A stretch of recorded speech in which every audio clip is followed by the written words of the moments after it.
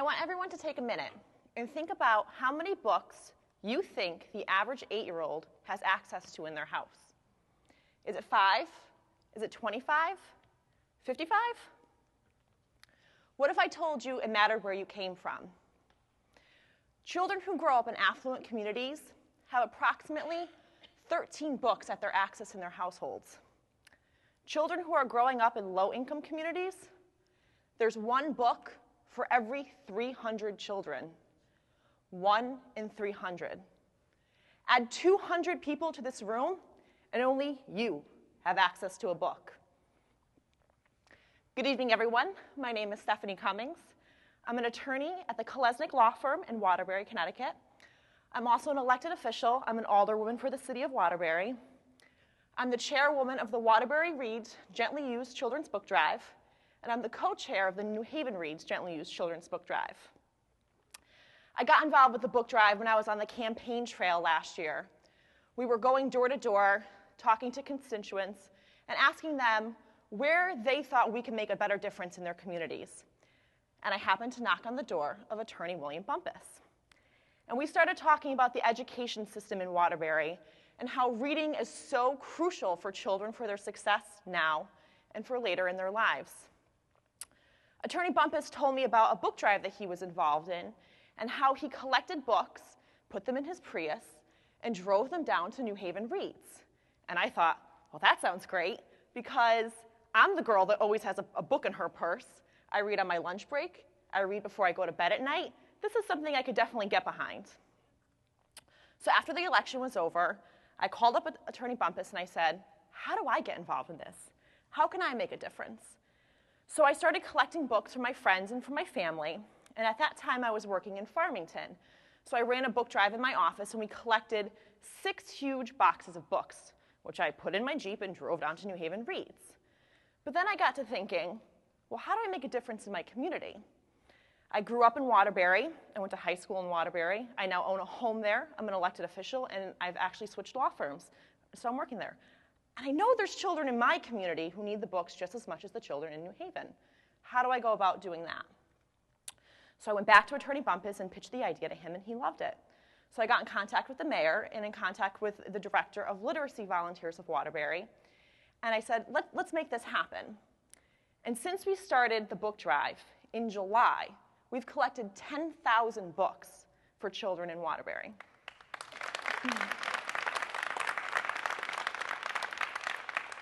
Reading is fundamental for children and for their development and for their success later in life.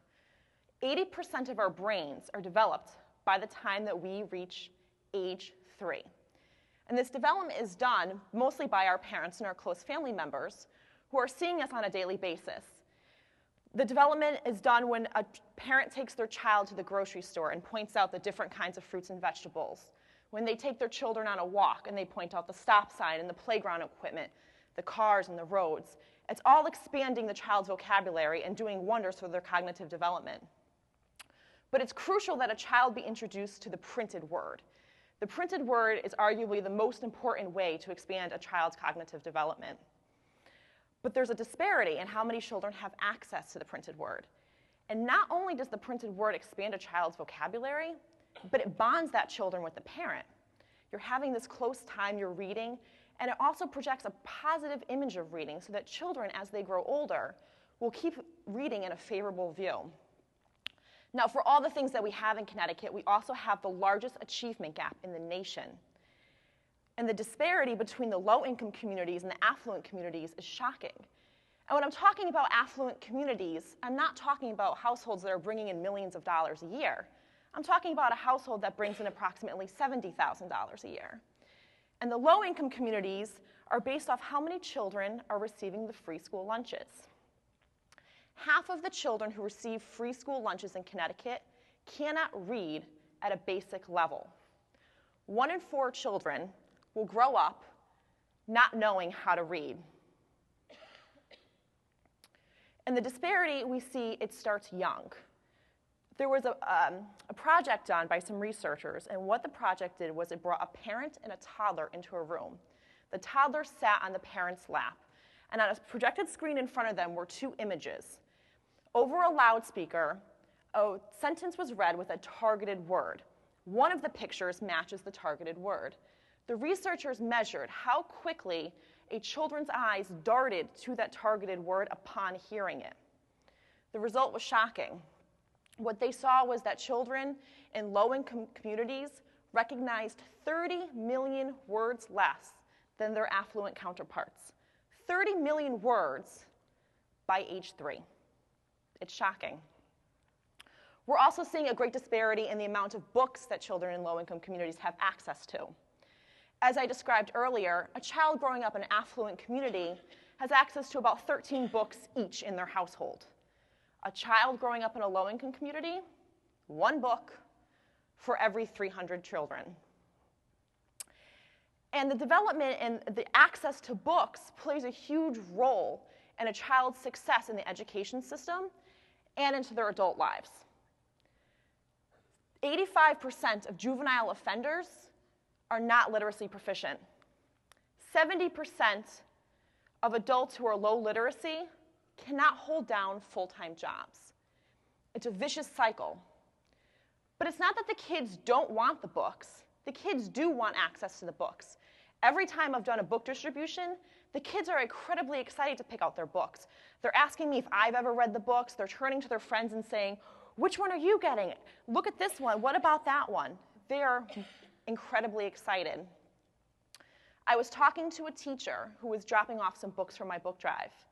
She runs a summer program for children who are not literacy proficient. She was giving an assignment to a student, and he had to do a book report.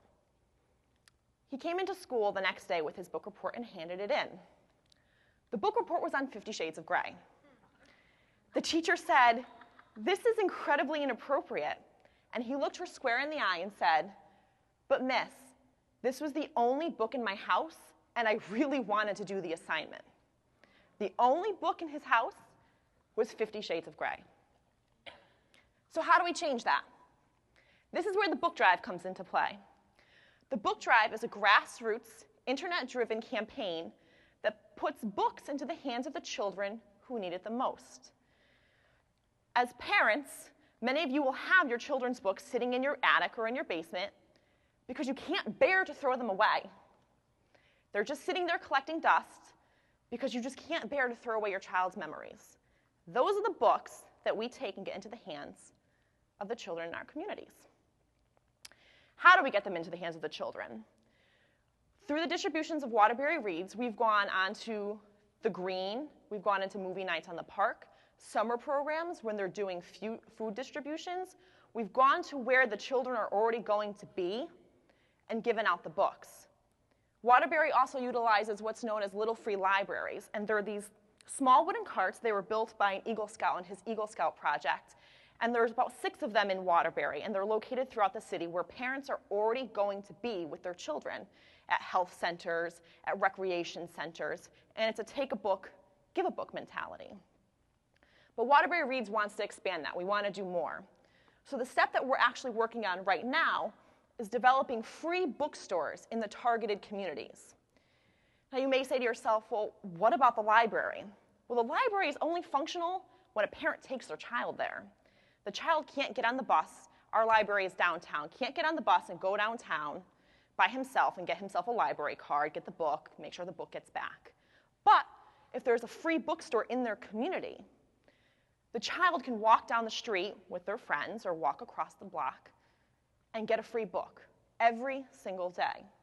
And the books that we're collecting from the book drive is ongoing, will be constantly feeding the bookstore. The Waterbury Reads model is based largely off of the New Haven Reads model. And New Haven Reads started about 10 years ago, roughly over the same manner of the free bookstores in targeted communities. And they've now grown quite large. They tutor 500 students a week. They have over 100 children on their waiting list. They have supplemental kindergarten programs. And they have given out over 150,000 books last year. That's an incredible amount of books to give out to children. They also allow teachers to bring classrooms full of their children in on what's known as a field trip. The children come in, they get to take 5 books home with them, and it makes their day. And this is so simple. one of the high school students who volunteered over the summer with the distributions, she went to Sacred Heart High School, of which I'm an alumna, and when school started, she went to her principal and said, I want to make a difference. That school collected over 2,000 books in about 2 weeks and donated them all to Waterbury Reads. It's incredibly simple of how you can get involved. So in closing, I ask you to remember the Waterbury Reads Book Drive motto, those who care, share, and let's eliminate 1 in 300.